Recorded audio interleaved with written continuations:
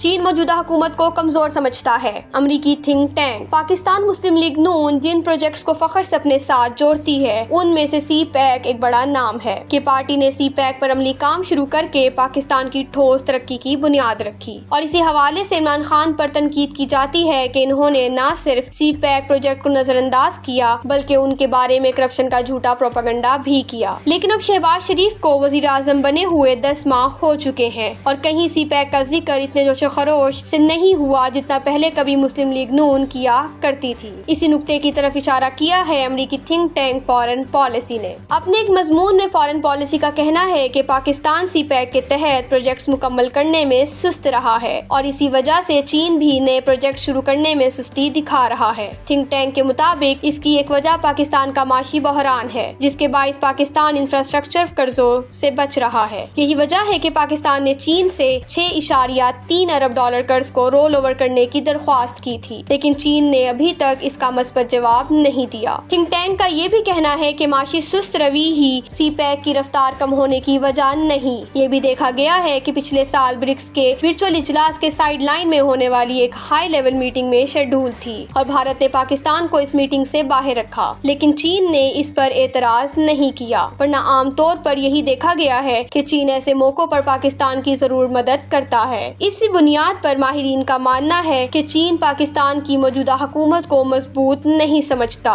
کہ ان کے ساتھ پارٹنرشپ کو آگے بڑھایا جائے۔ اس کے ساتھ چینی حکام پاکستان میں سیکیورٹی کے معاملے میں بھی پریشان ہیں اور اس کی طرف اس وقت بھی اشارہ کیا گیا جب وزیر اعظم شہباز شریف نے پچھلے سال نومبر میں چین کا دورہ کیا۔ وزیر اعظم شہباز شریف سے ملاقات کے بعد چین کے ایوان صدر سے جاری اعلامیے میں بتایا گیا کہ چینی صدر نے پاکستان میں کام کرنے والے چینی باشندوں کی سیکیورٹی پر شدید تحفظات کا اظہار کیا ہے۔ تاہم تھنک ٹینک کا کہنا ہے کہ ان وقتی رکاوٹوں کے باوجود پاک چین تعلقات ماضی کی طرح ہی آگے بڑھتے رہیں گے۔